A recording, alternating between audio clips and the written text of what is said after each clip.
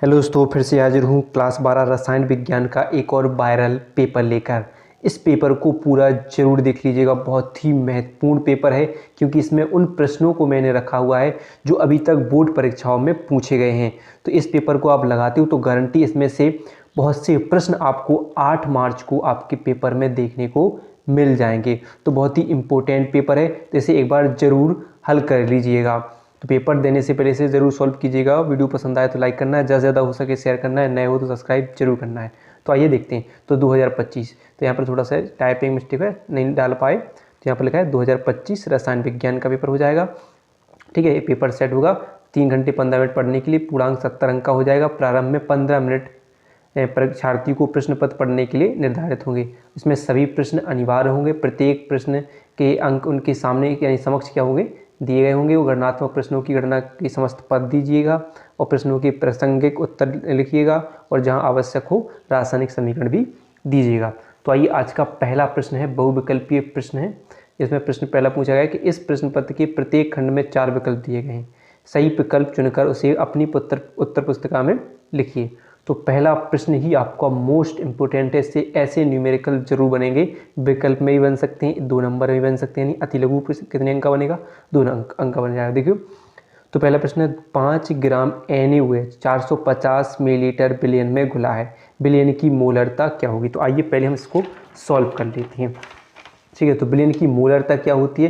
तो बिलियन की मोलरता बराबर होता है कि फॉर्मूला WB गुणे 1000/MB गुणे क्या होता है V, यानी मिलीलीटर में आयतन में। ठीक है, तो क्या होता है आयतन में। तो ये जो WB है वो क्या होगी, विलेय पदार्थ की मात्रा, यानी कितना है 5 ग्राम। तो आप लिखोगे 5 ग्राम 1000 और NaOH यानी जो MB क्या होगी, उसका जो विलेय पदार्थ का अणुभार। तो अणुभार क्या होता है, NaOH का अणुभार क्या होता है। तो सोडियम का परमाणु भार कितना होता है 23, ऑक्सीजन का कितना होता है 16, हाइड्रोजन कितना होता है 1, 23 16 1 कितने हो जाएंगे 40।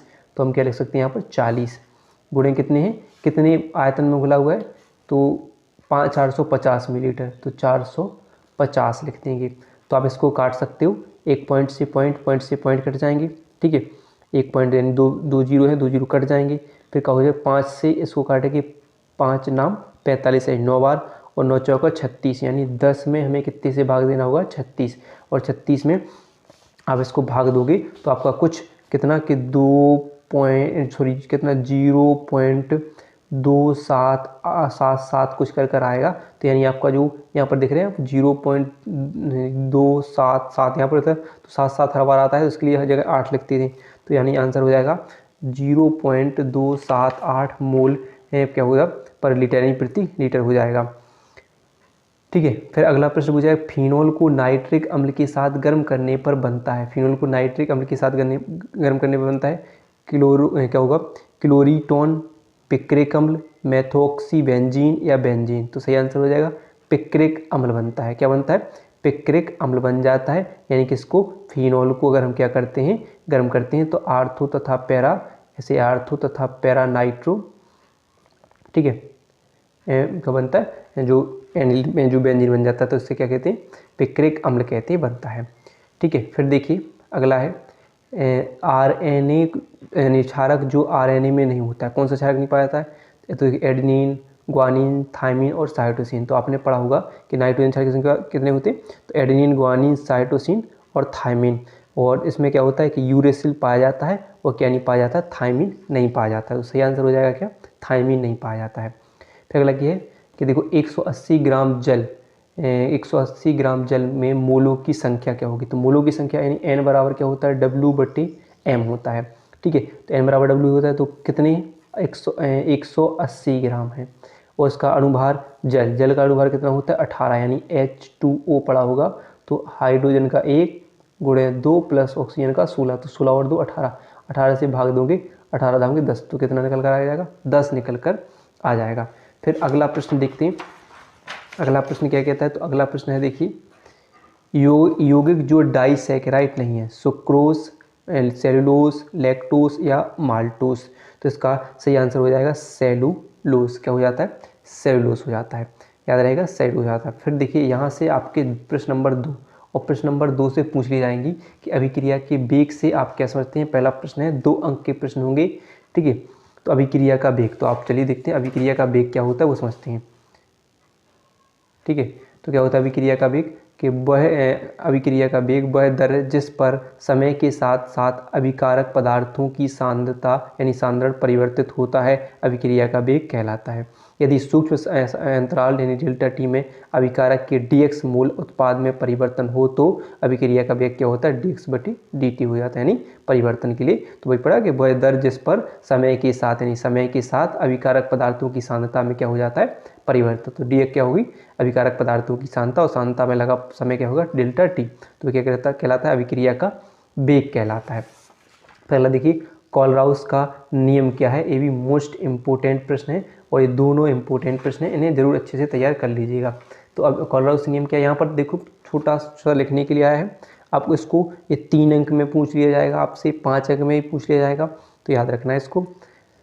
तो यदि प्रत्येक चालकता पद को विद्युत अपघट्य सूत्र में उपस्थित संगत आयनों की संख्या से गुणा किया जाए तब किसी विद्युत अपघट्य की अनंत तनुता पर चालकता इसके धनायनों तथा ऋणायनों की मूलर चालकताओं के योग के बराबर होती है। यानी कोई पदार्थ जैसे मान लीजिए यहाँ पर CH3COOH है, ठीक है। तो यानी मान लीजिए मूलर चालकता है, डेल्टा एम से लिखते हैं, तो इसकी अलग अलग मूलर चालकता है। यानी अगर मान लीजिए हम धनात्मक आयन यानी H+ और अगर इसकी ऋणात्मक आयन यानी क्या हो जाएगा COO यानी CH3 कितना CH3COO माइनस आयन होंगे, तो इनकी अलग अलग धनात्मक और ऋणात्मक मूलर चालकताओं का योग क्या होता है, उसके बराबर हो जाता है।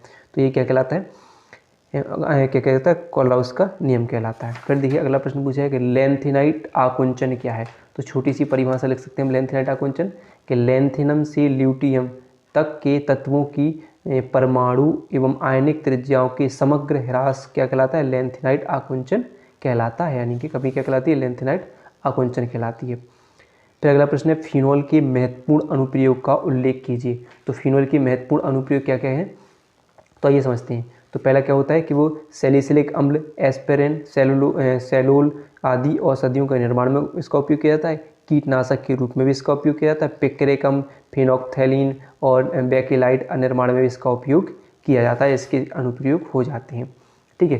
फिर देखिए नेक्स्ट क्वेश्चन है, नेक्स्ट क्वेश्चन इंपॉर्टेंट है। इसे बताया कि मूलरता, मूललता और मूल प्रभाव से एक ना एक दो न्यूमेरिकल आपको पेपर में जरूर देखने के लिए मिल जाएंगी। तो देखिए क्या कहता है कि 46 ग्राम एथेनॉल क्या होगा, C2H5OH कितना है, 46 ग्राम है, ठीक है। फिर क्या कह रहे हैं 54 ग्राम जल यानी H2O कितना है, 54 ग्राम है।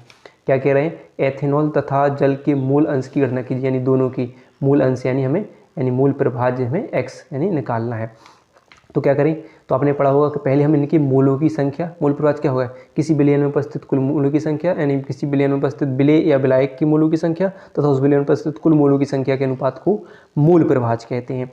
तो हम क्या करें, तो पहले हम क्या करते हैं, इनकी मूलों की संख्या ज्ञात कर लेते हैं। तो पहले हम इसकी C2H5OH की ज्ञात करें तो क्या होगा आपके लिए, पहले इसका अणुभार पता होना चाहिए C2H5OH यानी हमने क्या पढ़ा, N बराबर क्या होता है W/M, अगर हमें मूलों की संख्या ज्ञात करनी है तो पहले क्या चाहिए, M चाहिए। तो M क्या होता है, कार्बन का 12 × 2 प्लस हाइड्रोजन का 1 × 5 ऑक्सीजन 16 प्लस हाइड्रोजन का 1 हो जाता है, ठीक है। तो आप कर सकते हो कि 12 दूनी कितने हो जाएंगे 24, ठीक है, प्लस कितने हो जाएंगे 5, ठीक है, और प्लस कितने हो जाएंगे 16 और 1 17, ठीक है 17।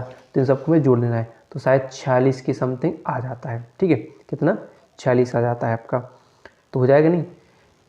तो इसे आप खुद देख सकते हो कि जो हो गए 17 और 5 हो जाएंगे आपके 22 और 24 क्या हो जाएंगे 46, तो ये जाएगा 46, यानी क्या हो जाएगा आपका N बराबर W कितना है 46 और ये भी कितना होगा 46, 46 46 1, यानी जल की मूलों की संख्या कितनी, एल्कोहल की मूलों की संख्या कितनी होगी, 1 हो गई। अब जल की निकालें हम, तो जल का क्या पता है 54 होता है बटे N, और किसका होता है 18 भी हम निकाल दोगे, 18 × 54 यानी 3 निकल कर आएगी। जल की क्या होगी एल्कोहल की, और जल की कितनी निकल कर आई मूलों की संख्या, यानी लिख सकते हैं ऐसे लिख सकते हैं H2O ये कितनी निकली है आपकी 3। तो हमें क्या निकालना है मूल प्रभाज। तो पहले किसका मूल प्रभाज निकालें हम C2H5OH का मूल प्रभाज निकालें। ठीक है, आप अच्छे तरीके से करना हो, तो मैं ऐसे कर रहा हूँ समझाने के लिए, अब अच्छे तरीके करना। फिर क्या हुआ कि Na मान लेते हैं बटे Na प्लस Nb मान लेते हैं। ठीक है, ये मान लेते हैं हम कि इसके लिए हम मान लेते हैं विलय, राइट। तो Na क्या होगा विलय और Nb क्या मान लेते हैं विलायक, यानी ये एल्कोहल को मान लिया हमने विलय और Nb मान लिया हमने जल। ठीक है, तो इसका क्या लिखें पहले हम 1 बटे क्या हो जाएगा आपका 1 प्लस 3 निकला कि नहीं, 1 बटे 1 यानी विलय के मोलों की संख्या, तो यानी एल्कोहल के मोलों की संख्या और एल्कोहल की मोलों की संख्या यानी फिर कुल विलयन की मोलों की संख्या, तो कुल विलयन में क्या होगा विलय और विलायक दोनों होंगे, तो ये हो जाएंगे 3। तो यानी कितना हो जाएगा 1 बटे 4 आ जाएगा, तो इसको आप भाग कर लेना। ठीक है, फिर ऐसे हम H2O के लिए निकालें तो ऊपर क्या हो जाएगा अब किसकी संख्या यानी Nb हो जाएंगे बटे Nb प्लस Na हो जाएंगे। तो B कितना है आपका 3 है और B कितना है 3 है प्लस 1 है, तो 3 बटे क्या हुआ 3 और 1 4, तो 3 बटे 4 हो जाएगा। इसको भाग कर लेना है तो आपके आंसर आ जाएंगे दोनों के। ठीक है, तो ऐसे आप निकाल सकते हो। फिर प्रश्न पूछा गया कि देखो संक्रमण तत्व रंगीन यौगिक या आयन क्यों बनाते हैं। तो आइए समझते हैं, मोस्ट इंपोर्टेंट, इसे जरूर याद करके जाइएगा, इंपोर्टेंट प्रश्न है। संक्रमण तत्व रंगीन यौगिक आयन क्यों बनाते हैं। देखिए वैसे अब पता है कि आयुग्मित डी कक्षक के कारण तत्व संक्रमण तत्व क्या होते हैं रंगीन आयन देते हैं। थोड़ी हम भाषा लिखनी पड़ेगी, तो ऐसे लिखना आप क्या लिखोगे कि संक्रमण तत्वों के अधिकांश यौगिक ठोस अवस्था में या जलीय विलयन में रंगीन होते हैं। यह गुण एस तथा पी ब्लॉक की कक्षकों में से भिन्न होता है। संक्रमण तत्वों के यौगिकों और आयनों का रंगीन होना उनका एक विशिष्ट गुण है। वे आयन अथवा यौगिक जिनमें धातु के N-1 उपकोष यानी डी उपकोष अपूर्ण होते हैं, वे अर्थात जिनमें डी उपकोष क्या होते हैं अयुग्मित इलेक्ट्रॉन होते हैं, वे क्या कहलाते हैं वे क्या होते हैं रंगीन आयन बन देते हैं। यानी जो जिनके डी उपकोष क्या होते हैं केवल अयुग्मित होते हैं, यानी जिनका जोड़ा नहीं होता, यानी वे ऐसे जोड़े में नहीं पाए जाते हैं, तो वे क्या कहते हैं रंगीन आयन देते हैं। याद रहेगा। फिर देखिए अगला प्रश्न है, फिर प्रश्न है समन्वय संख्या, या इसको आप उपसय संयोजन संख्या भी कह सकते हैं। मोस्ट इंपोर्टेंट प्रश्न है, इससे विकल्प में भी क्वेश्चन बन जाएंगे कि निम्नलिखित की समन्वय संख्या ज्ञात कीजिए, या बन जाएंगे। तो समन्वय संख्या ज्ञात कर लेना है। तो समन्वय संख्या क्या है, तो आप समझ सकते हैं समन्वय संख्या लिख देंगे तो क्या हो जाएगा कि उपसय संयोजी यौगिकों के में केंद्रीय धातु के द्वारा लिगेंड के साथ बनाए गए उपसय संयोजक बंधों की संख्या धातु की समन्वय संख्या अथवा उपसय संयोजन संख्या कहलाती है। जैसे मान लीजिए ये आपका लिगेंड है ठीक है, लिगेंड और लिगेंड के साथ जो संख्या जुड़ी होती है वही क्या कहलाती है उसकी उपसय संयोजन संख्या कहलाती है। तो लिगेंड के साथ बनाए गए बंध क्या कहलाते हैं उपसय संयोजन संख्या। तो यहाँ पर CN की उपसय संयोजन संख्या कितनी है 4 है, तो इसका एक उदाहरण हो जाएगा। फिर प्रश्न आ गया कि RNA पर संक्षिप्त, पिछली साल भी पूछ लिया गया है, 2024 में पूछा गया था। इंपोर्टेंट प्रश्न है, RNA पर संक्षिप्त टिप्पणी लिखने के लिए आएगा। तो RNA आप लिख सकते हो कि RNA क्या होता है राइबो न्यूक्लिक अम्ल होता है। RNA क्या होता है राइबो न्यूक्लिक अम्ल होता है, यानी कह सकते हैं इसमें राइबो शर्करा पाई जाती है जिसमें नाइट्रोजनी क्षारक एडेनिन, ग्वानिन, साइटोसिन और यूरेसिल पाया जाता है, थायमिन नहीं पाया जाता है। और BD जो राइबोसोम शर्करा पर यानी जो बीटा सॉरी क्या होगी बीटा D इसकी शर्करा होगी, शर्करा तथा फास्फोरिक अम्ल होते हैं इसमें। और यह एकल रज्जुक होता है और तथा प्रोटीन निर्माण अर्थात संश्लेषण में भाग लेता है और कुछ विषाणु में यह आनुवंशिक पदार्थ का कार्य करता है। ऐसे आप लिख सकते हो।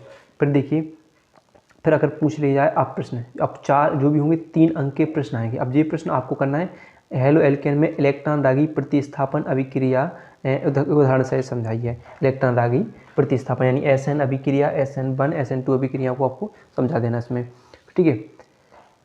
फिर देखिए, अब देखिए यहाँ से ये अगला प्रश्न है कि निम्नलिखित अभिक्रियाओं के रासायनिक समीकरण लिखिए। तो हमारे एक को हम हल करा देते हैं। तो पहले क्या है रोजनमुंड, क्या हुआ रोजनमुंड अभिक्रिया। तो इसके लिए आप क्या लिख सकते हो रोजनमुंड अपचयन के लिए, तो आप लिख सकते हो कि अम्ल क्लोराइड, क्या करें हम अम्ल क्लोराइड यानी जैसे कोई भी अम्ल, जैसे आप इसकी उदाहरण के लिए लिख सकते हैं जैसे CH3C+OCl यानी मेथिल क्लोराइड ले सकते हो कि हाइड्रोजन और PD और BaSO4 की उपस्थिति में या BaSO4 की उपस्थिति में उबलती जाइलिन में इसको प्रभावित करते हैं तो कोई भी ऐसे एस्टिल्डिहाइड प्राप्त हो जाता है, नहीं एल्डिहाइड प्राप्त होता है। तो हम उदाहरण CH3 वाला ले रहे हैं, तो CH3 C+O और H बनेगा यानी एस्टिल्डिहाइड प्राप्त हो जाएगा, साथ में हाइड्रोक्लोरिक अम्ल बनता है। यह क्या कहलाता है रोजनमंड जो रोजनमंड अपचयन अभिक्रिया कहलाती है। फिर क्या है स्टीफन अभिक्रिया। तो स्टीफन अभिक्रिया का भी उदाहरण ले सकते हैं, क्या होगी कि इसकी एल्किल साइनाइड, कोई भी एल्किल यानी या फिर CH3 C2H5 कोई भी ले सकते हैं। एल्किल साइनाइड का अगर हम अपचयन करें तो साथ में किसकी उपस्थिति में जो SnCl2 और साथ में सांद्र H2HCl की उपस्थिति में करें तो इसका एमीन प्राप्त होता है। कोई भी एम क्या बनता है एमीन प्राप्त एमीन बन जाता है।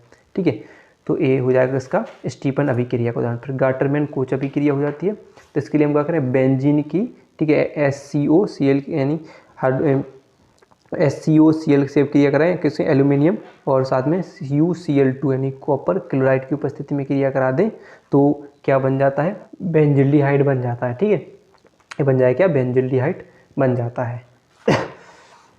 अगला देखिए, अब देखिए आपको एक प्रश्न इंपॉर्टेंट है, प्राथमिक और द्वितीयक संरचना प्रोटीन के लिए कैसे भिन्न होती है पढ़ना है। प्रोटीन की प्राथमिक द्वितीयक संरचना मोस्ट इंपॉर्टेंट है। फिर अगला है डी ब्लॉक के तत्व अनुचुंबकीय तथा अनुचुंबकीय लक्षण और परिवर्ती संयोजकता क्यों प्रदर्शित करते हैं। तो वो डी ब्लॉक के तत्वों के जो गुण होते हैं वो जरूर पढ़ लीजिएगा, लक्षण बहुत ही इंपॉर्टेंट है। ठीक है, अगले प्रश्न की तरफ चलते हैं। अगला प्रश्न क्या कहता है, तो अगला प्रश्न देखिए, अगला प्रश्न है किसी प्रथम कोटि की अभिक्रिया में कितना 40 सेकंड में पदार्थ की सांद्रता प्रारंभिक सांद्रता की आधी रह जाती है। अभिक्रिया का वेग स्थिरांक, तो इसको हम थोड़ा सॉल्व कर सकते हैं। ठीक है, तो अभिक्रिया का वेग स्थिरांक का व्यंजक क्या होता है K बराबर 2.303/T log 10 A/A - x होता है। ठीक है, तो बात क्या कर रहे हैं कि इसकी अभिक्रिया की प्रथम कोटि यानी जो समय कितना दे रहे हैं लिखेंगे कि 40 सेकंड दे रहे हैं। ठीक है, क्या कह रहे हैं पदार्थ की सांद्रता प्रारंभिक सांद्रता की आधी रह जाती है। तो ये होती है प्रारंभिक सांद्रता क्या होती है A, और ये T समय बाद की सांद्रता। तो जो 40 सेकंड बाद यानी अब जो T समय बाद कितनी T समय पे सांद्रता कितनी है आपकी, कितनी है A है, मान लिया क्या मान लिया A। फिर जो T समय बाद प्रारंभिक सांद्रता यानी जो A - x है वो कितनी हो गई प्रारंभिक सांद्रता की क्या हो गई आधी, यानी A/2 की क्या हो गई आधी। तो आपको क्या लिखना है फॉर्मूला में रख दें आप K बराबर 2.303/T की जगह क्या लिखोगे आप 40, यहाँ पर लिखोगे log 10। ठीक है, क्या लिखोगे log 10 और यहाँ पर क्या लिखोगे A/, और इस A - x की जगह क्या लिखोगे A/2। तो ये दो ऊपर पहुँच जाएंगे, ये दो कहाँ जाएंगे ऊपर, A से ये कट जाएंगे। तो क्या आ जाएगा आपका K बराबर 2.303/40 और log यहाँ पर हो जाएगा 2। ठीक है, और log 2 की वैल्यू आप लगा सकते हो 2.303/40 और log 2 की वैल्यू होती है 0.3010, कितनी होती है कितनी हो जाती है 3010 हो जाती है। तो आपको क्या करना है बस हल कर लेना है, इसको आप भाग दोगे काट पीट लोगे तो आपका कुछ 1.73 कुछ 10⁻⁻2 क्या होता है प्रति सेकंड निकल कर आ जाएगा। ठीक है, ये आ जाएगा आंसर, इसको ज्ञात कर लेना है। चलिए अगला देख लेते हैं। अगला प्रश्न है, प्रश्न मोस्ट इम्पोर्टेंट है, समव्यवता जरूर पूछी जाएगी। तो उपसय संयोजी यौगिकों में ज्यामितीय समव्यवता का उदाहरण सहित वर्णन कीजिए। ज्यामितीय समव्यवता का उदाहरण सहित वर्णन करने के लिए आ जाएगा। फिर अगला देखिए, अभिक्रिया की आणविकता और कोटि को परिभाषित कीजिए तथा दोनों में अंतर स्पष्ट कीजिए। बहुत ही इंपॉर्टेंट अंतर है। और ठीक है, फिर अगला क्या है कि 0.1 मोल पर लीटर क्या हो जाएगी KOH बिलियन के भरे 1000 सेंटीमीटर लंबाई तथा 0.5 सेंटीमीटर त्रिज्या के स्तंभ के विद्युत क्या होगा विद्युत प्रतिरोध 5 गुणे कितना है 10⁻³ ओम है। इसकी क्या करना है मोलर चालकता क्या करना है मोलर चालकता क्या करना है इसकी ज्ञात करना है। ठीक है, तो इसके लिए आप एक फॉर्मूला आप लगा सकते हो कि मोलर चालकता बराबर क्या होता है। इसके लिए आप लिखोगे 1000 कप्पा बटे क्या होता है m। इसको लगाओगे तो आप सब निकाल लोगे। ठीक है, इस फॉर्मूले से इसको हल करोगे मोलर चालकता के लिए तो ये आ जाता है, देख लेना है इसके लिए। फिर देखिए आपको अगले ये कर लेना है कि क्या होता है जब डी ग्लूकोज निम्नलिखित से अभिक्रिया करता है HiNH2OH Br2 NaH क्या होता है HNO3 नाइट्रिक अम्ल यानी HCl से क्रिया करता है। फिर देखिए अगला प्रश्न है, निम्नलिखित पर टिप्पणी लिखिए। प्रोटीन के विकृतीकरण पढ़ना है और न्यूक्लिक अम्ल पढ़ना है। ठीक है, अगला प्रश्न देखिए, प्रयोगशाला में एसीटोन बनाने की विधि का वर्णन। एक ना एक प्रयोगशाला विधि जरूर आएगी, तो प्रयोगशाला विधि आपको जरूर पढ़ना है अच्छे से। ठीक है, प्रयोगशाला विधि पढ़ लेना है। फिर देखिए अगला है, उपसय संयोजन यौगिकों के क्रिस्टल क्षेत्र सिद्धांत को समझाइए। ठीक है, क्रिस्टल क्षेत्र सिद्धांत को, तो ये 5 नंबर उसकी सीमा भी लिखना है 5 अंक को। प्रयोगशाला विधि भी 5 अंक में पूछ ली जाएगी, 5 अंक के हैं। ठीक है, तो अगला देखिए, अगला है के निम्नलिखित को समझाइए, यानी बेंजोइक संघनन, पार्किंस अभिक्रिया और क्रॉस कैनिजारो अभिक्रिया ध्यान रखना है। तो इसके बाद हम अब इम्पोर्टेंट अभिक्रियाएं बताने वाले हैं। फिर देखिए अगला मोस्ट इम्पोर्टेंट है, वैसे प्रश्न पूछा जाएगा ल्यूकास परीक्षण क्या है, इसका प्रयोग किस प्रकार के योग को पहचानने में किया जाता है, उदाहरण एवं रासायनिक समीकरण देशी। तो बहुत ही इंपॉर्टेंट है, इसे जरूर तैयार कर लेना, ठीक है। तो इतने प्रश्न आपको तैयार करना, 7 प्रश्न आएंगे, ठीक है। तो इन प्रश्नों को तैयार कीजिएगा। वीडियो पसंद आए हो तो वीडियो को लाइक और चैनल को सब्सक्राइब करना ना भूलिएगा।